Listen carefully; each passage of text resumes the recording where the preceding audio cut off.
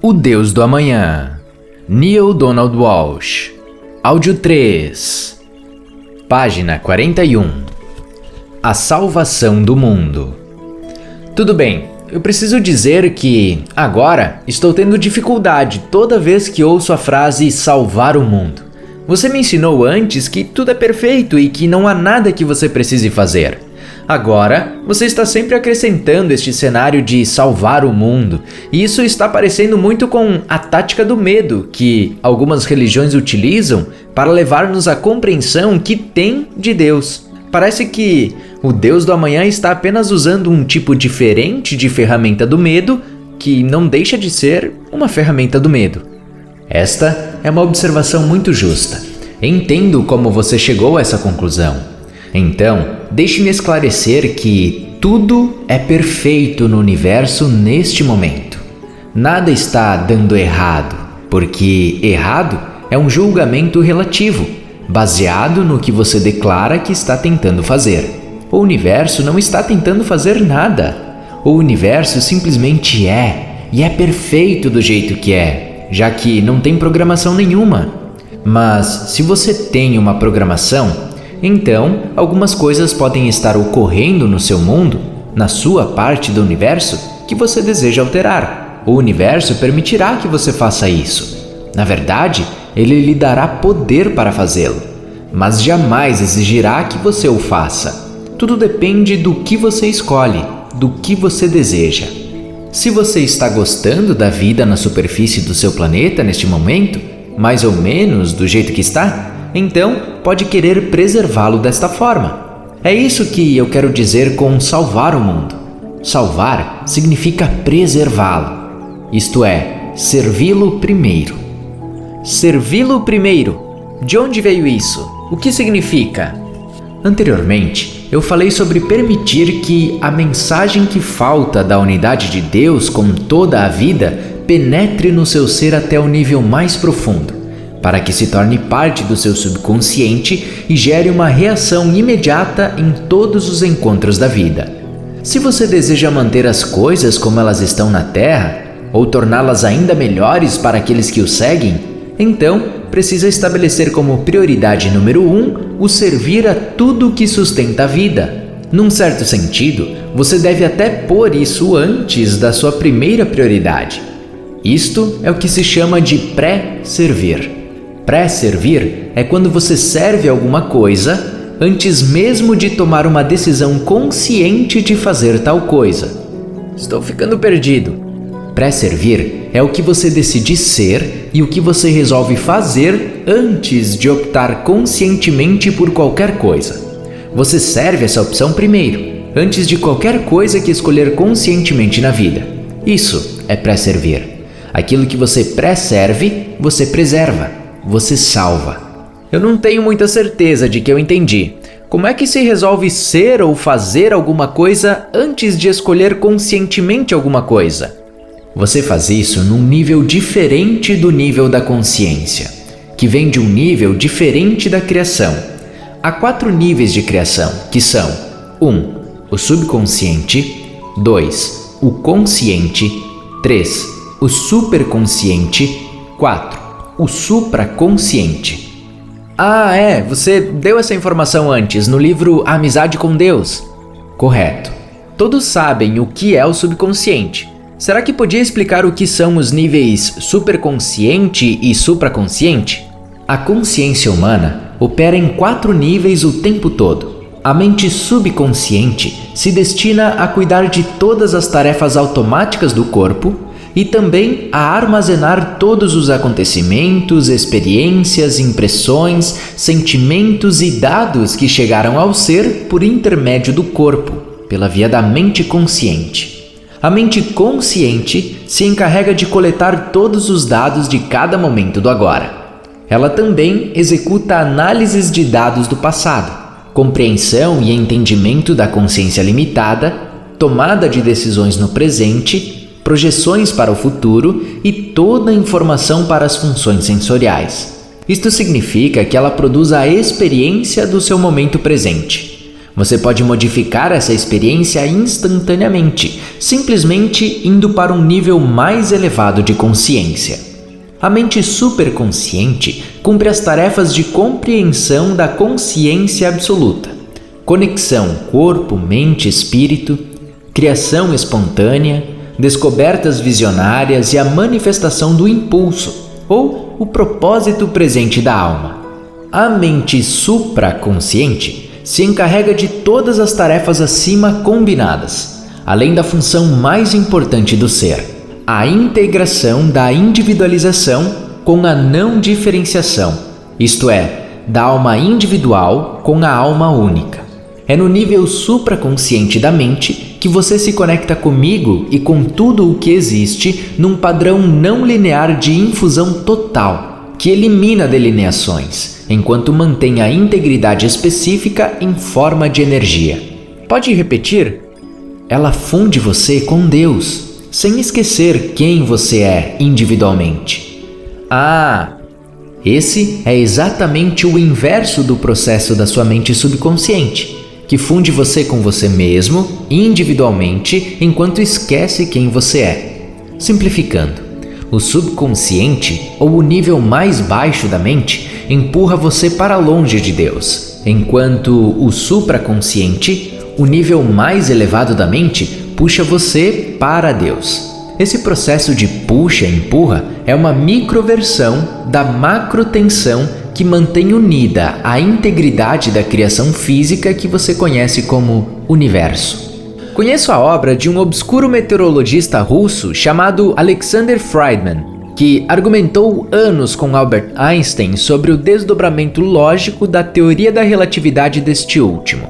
Friedman afirmou que as equações de Einstein podiam ser utilizadas para provar a existência de um universo em constante expansão, um universo que se contrai e até universos oscilantes que crescem e encolhem como se acompanhassem a respiração de um criador cósmico, como Corey Powell explicou em seu livro fascinante God in the Equation.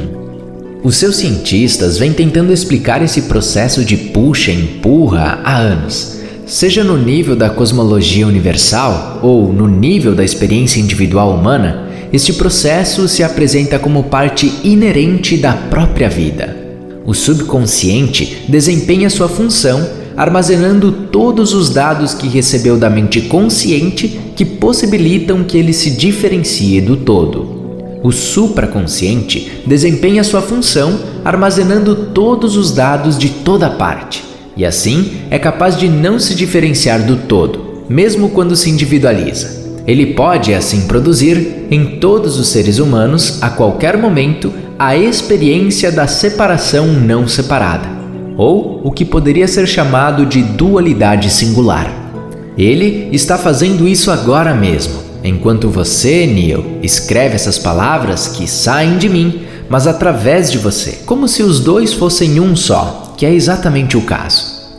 Isso não foi explicado em Amizade com Deus com esse nível de detalhes e de sofisticação. Você não estava preparado para conhecer esse nível na época. Primeiro, você tinha de formar uma amizade com Deus, para depois poder começar a entender a verdadeira natureza da realidade definitiva. Até poucos anos atrás, você não tinha uma amizade com Deus, e sim medo de Deus. Esse relacionamento de medo impedia que você tivesse acesso, conhecimento ou que compreendesse quem e o que Deus realmente é. Mas depois que formou uma verdadeira amizade com Deus, seguindo os 7 passos dados no diálogo que há naquele livro, você se tornou muito mais preparado para saber e para acreditar no que sabia sobre mim. As portas se abriram. O medo que você sentia por mim acabou. Sua mente clareou, sua alma se libertou. Toda a série de diálogos de conversas com Deus foi criado como um processo passo a passo para libertar os seres humanos das suas percepções limitadas. Isto é, puxá-los do subconsciente, levá-los para o supraconsciente. Esse processo é chamado de elevação da consciência. É por meio dele que os seres humanos passam para uma consciência maior da vida, uma experiência maior do ser, uma maior conexão com o universal.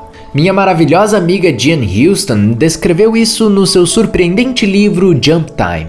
Jean disse: quando os indivíduos entram em ressonância com o objetivo universal, sentem isso em seus corações, sentem nos ossos.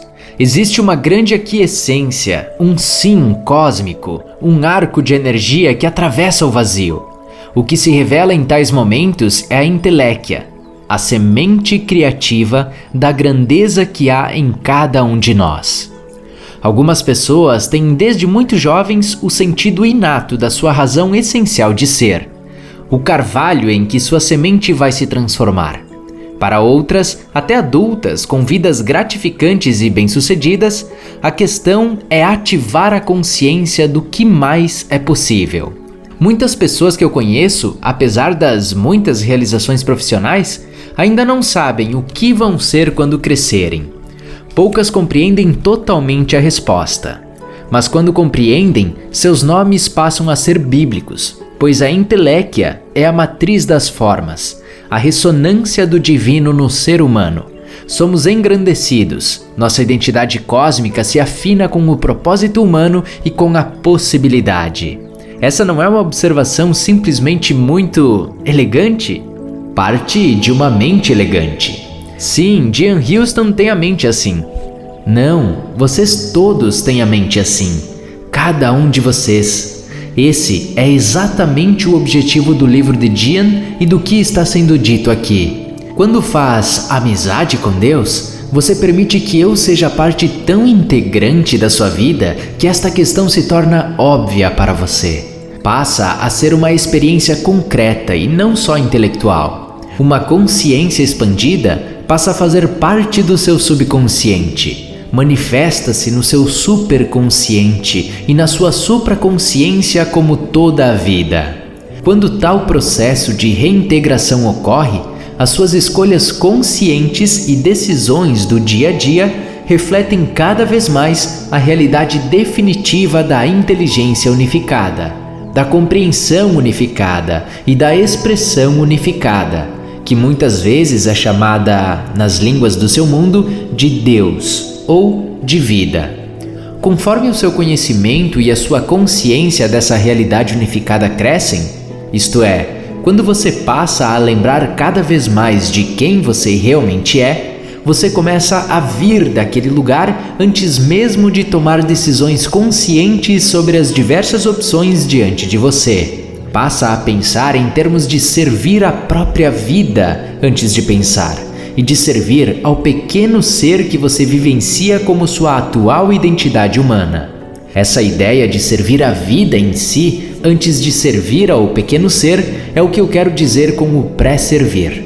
Não é algo que você decide conscientemente, é uma combinação da opção subconsciente, da opção superconsciente e da opção do seu supraconsciente, isto é, o grande ser. Você começa a agir intuitivamente de certa forma. Você captou o sinal da totalidade do seu ser e transplantou-a para a ação, antes mesmo da sua mente consciente ter tido a chance de rever todos os seus dados e apresentar uma decisão pensada. Pode dar um exemplo do que estamos falando aqui? Posso. Pré-servir é o ato de uma mulher que pula numa piscina para salvar um bebê que está se afogando, mesmo que ela também não saiba nadar. É o ato de um homem que corre para dentro de um prédio em chamas que está desabando para salvar outras pessoas, sem pensar no que pode significar para a própria vida. Esse nível de ser e de fazer se manifesta de outras formas também. São atitudes pequenas, nem tão dramáticas, mas que refletem com a mesma eficiência o impulso divino que existe no centro da própria vida, expressado através de você. Dê-me um exemplo. Eu posso entender o que você está dizendo quando usa algumas ilustrações dramáticas, mas dê-me um exemplo de uma dessas atitudes menores. Um homem põe um cigarro na boca e se prepara para acendê-lo. Ele já fez isso antes, 1000 vezes. O ato é rotineiro, é automático. Mas nesse dia, nesse momento, alguma coisa acontece. Talvez ele tenha lido este livro, talvez tenha ouvido este diálogo, não importa. Nesse exato momento, ele está além do raciocínio. move-se por impulso. O impulso divino dentro dele resolveu servir a própria vida antes de servir ao seu pequeno ser. Sem pensar, o homem larga o cigarro sem acender. Ele larga o fósforo. Subitamente, ele tem certeza de que não vai mais fumar. Essa clareza chegou a ele sem que ele parasse e pensasse. É simplesmente uma certeza. Sua longa luta contra o tabaco terminou. Uma mulher acorda no meio da noite. Ela ouviu seu bebê chorar. Está exausta. Foi um longo dia que vai ficar ainda mais longo. Mas ela não está pensando nisso agora. Não está pensando em nada. Levanta-se rapidamente, cheia de amor, com o coração totalmente aberto. Ela é mãe e não há nada igual no universo. É um ser que age de acordo com o impulso divino. Ela é o divino que se expressa impulsivamente. Ela sorri para o bebê nos seus braços e este sorriso não é criado pela sua mente, vem diretamente do céu. Isso é a vida servindo a vida através de tudo o que há na vida, antes de qualquer pensamento sobre isso. Isso é o servir antes de pensar em servir. É o tipo de coisa que você faz quando está fora da sua mente. Você não está preso na sua mente por causa disso. Você vem de um lugar completamente diferente. Isso é pré-servir. E é apenas através desse nível de serviço que a própria vida será preservada na sua forma atual na Terra. E é disso que trata a nova espiritualidade. Uau! Uau mesmo! Essa é uma nova forma de espiritualidade que enfatiza a vida em si mesma como o principal valor. E essa é uma forma de espiritualidade que enfatiza a abertura para níveis mais elevados da consciência que existem em você, expandindo e elevando a sua consciência para incluir o que você sabe lá no fundo que é verdade nos níveis subconsciente, superconsciente e supraconsciente. Ao expandir a sua consciência dessa forma, você se abre para todos os centros de conhecimento que existem dentro de si. Mas como se faz isso? Como posso me abrir para o nível mais elevado de consciência que existe em mim? É isso que a nova espiritualidade ensina. Isso é explicado e apresentado em muitos livros, em muitos programas oferecidos por muitos mestres. É um processo multifacetado que dura a vida inteira e pode ser concluído em 1 minuto. É um processo que nunca termina. Porque quanto mais alto for o nível de consciência que você atingir, mais elevados ficam os níveis. Mesmo se você atingisse o nível mais elevado de todos, aquele nível de consciência criaria outro nível instantaneamente. Sabendo que você não pode chegar ao fim da linha, entre aspas, você pode então escolher voltar ao começo, simplesmente pelo prazer e alegria imensa que isso proporciona. Recomeçar é divertido? Que coisa, a sua ideia de diversão é diferente da minha. A vida é divertida. A própria vida é divertida. Criar é divertido. A criação é o estofo da vida. É o ato principal, o objetivo principal. No entanto, você não pode criar nada se achar que tudo já foi criado. Por isso, recomeçar é divertido, porque quando começa de novo, você esquece que tudo já foi criado e começa a criar tudo de novo, como se não estivesse lá. Tudo bem, se você está dizendo que isso tudo será divertido, eu vou acreditar. Mas neste momento eu estou no meio desse ciclo e eu quero expandir a minha consciência, me abrir para todos os centros de conhecimento que existem dentro de mim. Como faço isso? Você ainda não me disse como expandir a minha consciência. Como eu tinha começado a explicar, a resposta completa daria para já preencheu muitos livros. No fim deste diálogo, você fará uma lista com alguns deles. Farei? Sim, eles serão apenas alguns entre as muitas fontes de onde a humanidade pode obter esta informação. Mas não quero fazer com que você tenha de recorrer a outra fonte, diferente desta agora, porque eu sei que seria frustrante para você ter de abandonar este diálogo e ir procurar a resposta que você quer agora em outro lugar. Obrigado, isso seria mesmo frustrante. Então, vou dar agora a resposta mais curta, estipulando que há muito mais a ser dito, muito mais para compreender em um nível muito mais profundo. Se você prometer que está interessado em se empenhar mais nisso, que vai recorrer a alguns dos muitos outros mestres e fontes do seu mundo, onde essa informação pode ser obtida com mais profundidade e detalhes. Está bem. O modo mais imediato para a maioria dos seres humanos expandir a consciência é tomando consciência do fato de que eles têm uma consciência. Ter uma consciência é algo de que vocês precisam tomar consciência. Isso é chamado de consciência do ser, e desenvolver isso pode ser uma coisa muito fácil. Nas próximas 100 vezes em que você olhar para a sua imagem no espelho, faça a meditação de quem? Meditação de quem? Diga a palavra quem para você mesmo 3 vezes, por 10 segundos cada vez, esticando o som da letra E. Você pode fazer isso em voz alta ou mentalmente, de qualquer modo. Olhe diretamente para os seus olhos no reflexo do espelho, respire bem fundo e pergunte de um fôlego só 3 vezes. Quem? A pergunta que você está fazendo é: quem é esse?